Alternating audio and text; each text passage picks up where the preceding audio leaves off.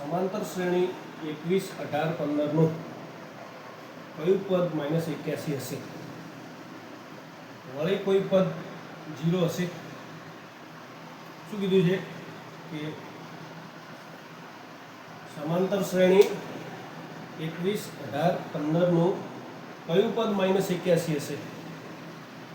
વળી કોઈ પદ 0 હશે? અહીં આપણે શ્રેણી જોઈએ કઈ આપેલી છે કે 21, 18, 15, 21, 18, 15, મતલબ કે ઉતરતો ક્રમ છે. અહીં જોઈ શકાય કે શ્રેણીનું પ્રથમ પદ કેટલું આપેલું છે તો 21, એ બરાબર 21 મળશે. સામાન્ય તફાવત એટલે કે બીજા પદમાંથી પ્રથમ પદને બાદ કરીશું એટલે કે 18 - 21, 18 - 21, તો 18 - 21 કરે એટલે આપણે જોયું કે શ્રેણી ઉતરતી શ્રેણી છે અને બીજા શબ્દોમાં કે પાછળ નાની સંખ્યા છે, આગળ મોટી સંખ્યા છે, તો નાની સંખ્યામાંથી મોટી સંખ્યા બાદ થાય એટલે જવાબ માઇનસમાં મળશે. એટલે કેટલા મળશે? -3 મળશે. અને કયું પદ -81 હશે? એટલે પદ આપેલું છે તો પદ an બરાબર આપણે -81 લઈશું, બરાબર. તો an બરાબર શું કીધું છે કે -81, an બરાબર a + n - 1 × d. તો આપણને પદ આપેલું છે કેટલું? -81. a ની કિંમત મૂકીશું અને d ની કિંમત મૂકીશું. અહીં કાઉન્સ છોડીશું એટલે -3 × n એટલે -3n થશે, -1 × -3 એટલે +3 થશે, +3 અને 21 નો સરવાળો કરીશું એટલે 24 મળશે. તો આપણને પદ મળે 24 - -3. હવે શું કરીશું કે 24 ને આ બાજુ લાવીશું એટલે માઇનસ થઈ જશે. તો -81 અને -24 એટલે આપણે -105 મળશે, બરાબર. કેટલા? -3. બંને બાજુથી માઇનસ કેન્સલ થશે એટલે આપણને શું મળશે? હવે પદોને ગોઠવીશું એટલે 3n પહેલાં લઈશું અને 105 પછી, તો 3n બરાબર 105. માટે n બરાબર કેટલા? તો કે 105 ના ભાગાકારમાં 3 જશે, કેમ કે 3 જે છે એ n ના ગુણાકારમાં છે. તો હવે સામે જાય એટલે શું? ગુણાકારનો પદ ભાગાકારમાં જશે. માટે n બરાબર 105/3. 105/3 એટલે કેટલા મળશે આપણને? 35 મળશે ભાગાકાર કરતા.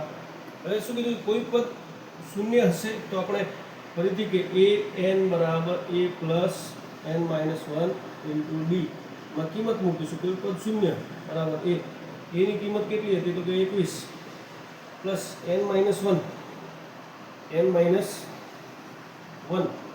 તો આપણે જોઈશું કે d ની કિંમત -3, બરોબર.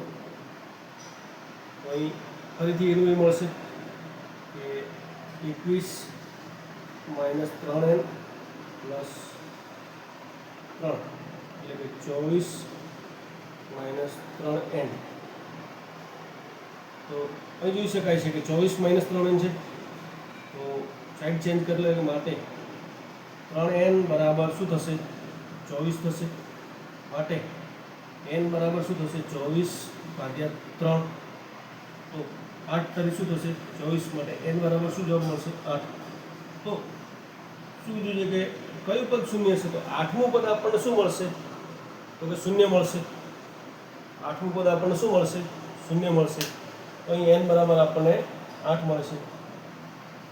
તો આપણને પહેલાં કીધું કોઈ પદ -81 હશે તો -81 એટલે 35મું પદ -81 મળે. અને શૂન્ય કોઈ પદ શૂન્ય મળશે તો પદ શૂન્ય આપેલું છે, કિંમત મૂકી અને -3 બરાબરની આ બાજુ હોય એટલે +3 થઈ ગયા.